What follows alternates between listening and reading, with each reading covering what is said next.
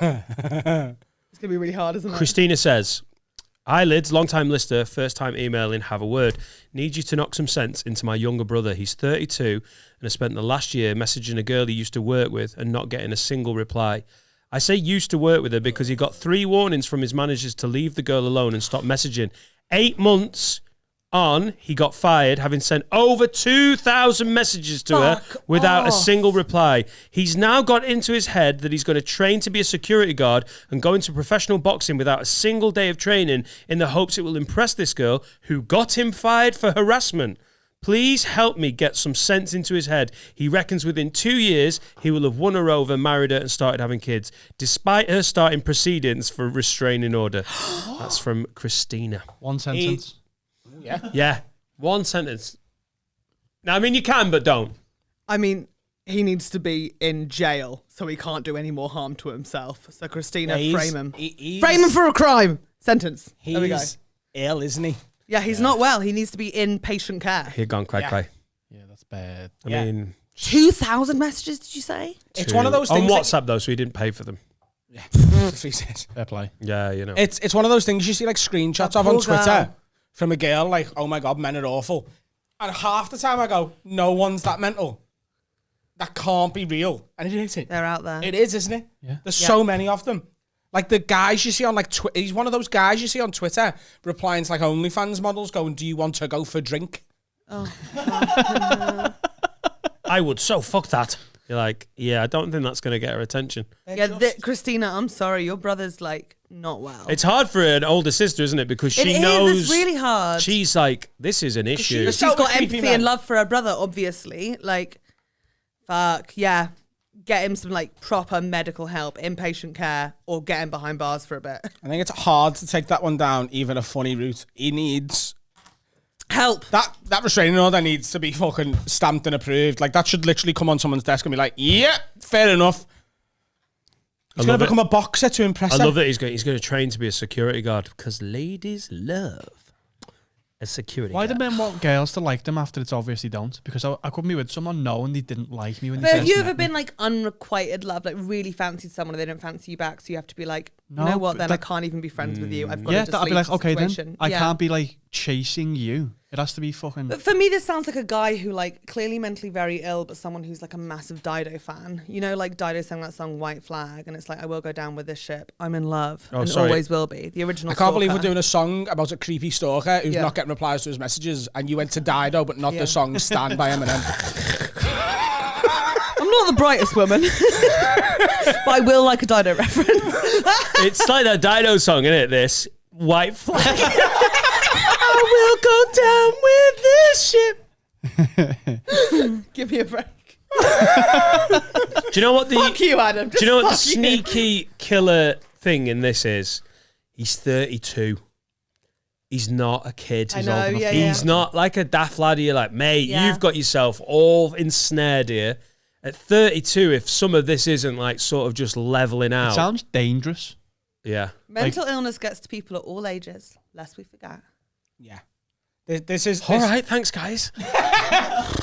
This isn't like immaturity, is it? Is the point you were making. This is who he is. Yeah. And until a doctor can literally sit him down and get through to him as to why this is insane behaviour, he's never going to change. There's no amount of time in a jail cell or restraining orders or anything that is going to keep him away from this girl or the next one. It's like, it's the fucking Netflix series You. So, okay. Like, that was a great show. It's pretty obvious that this is really unhealthy and probably really scary for this girl.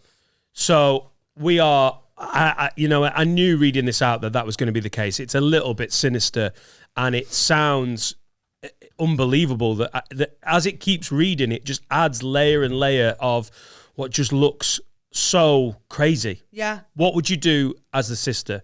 She's messaged in. What should she do? Like, because obviously it's a problem, but what are you meant to do if one of your loved ones is acting like a cray-cray stalker? So so like contact mental health services. There needs to be like an inpatient care system. There are inpatient care systems. Yeah, but what if she's from Merseyside and you're not allowed to grass? Hey, there's a fucking... Then leave it. There's a cold. I think she needs to sort of keep an eye When on. the police are involved, you pass grassing up someone. Like, it's already done. You've never been to Liverpool. I've been there with, I did some gigs. To testify. I think she needs to sort of keep an eye on him as well as going down a professional route. She's got to be the sort of block between him and the next woman. Because this isn't the last time this is going to happen. He will eventually meet someone else in a fucking supermarket or the next job that he manages to get or whatever, and there'll be a next obsession. Because it's not about that girl. It's about him wanting what he can't have. That's what the issue is. And that'll happen again with someone else. And she needs to be there to A, pull him away from it, and B, maybe talk to the girl, the next one. And I know that's awful, but she's if she's sort of the family member who's writing into podcasts and asking these questions, it's her job to get in the way of his dangerous behaviour. She just needs to professionally cock block him. Is it her job, though, to get in the way of dangerous behaviour?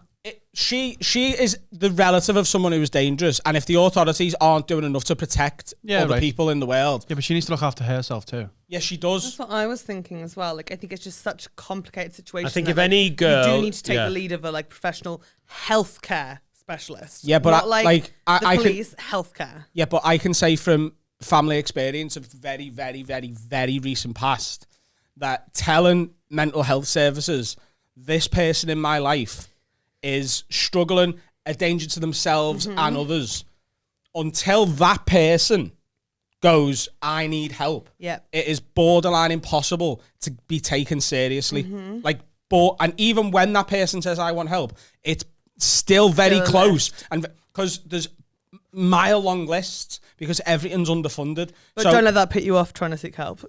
No, 100%. But no, totally, yeah. Yeah, like, you might get lucky and you might get seen at the right time and whatever.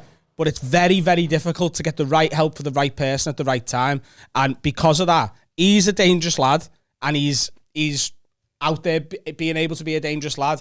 And in my personal opinion, it's on your family and your close friends to recognise that and do everything they can to help it not be as dangerous as it could be. And that includes her, and if he's got a brother and a dad and friends and whatever, it's on them to... as much as you're right, in a perfect world and in a perfect system, in a country that isn't run by Tories with a massively underfunded NHS and massively specifically mental health services are drastically underfunded, in a country with that system in place, it's not as easy as, this guy might kill someone, so should we make it harder for him to do that? Like, you've got to sort of just take the lead and go, he's my responsibility as my family member or friend or whatever. Pretty sobering way to end the podcast. Tickets for my stand-up tour are available at dannightingale.com. And that's very true. It was a little bit, Where are you going on tour?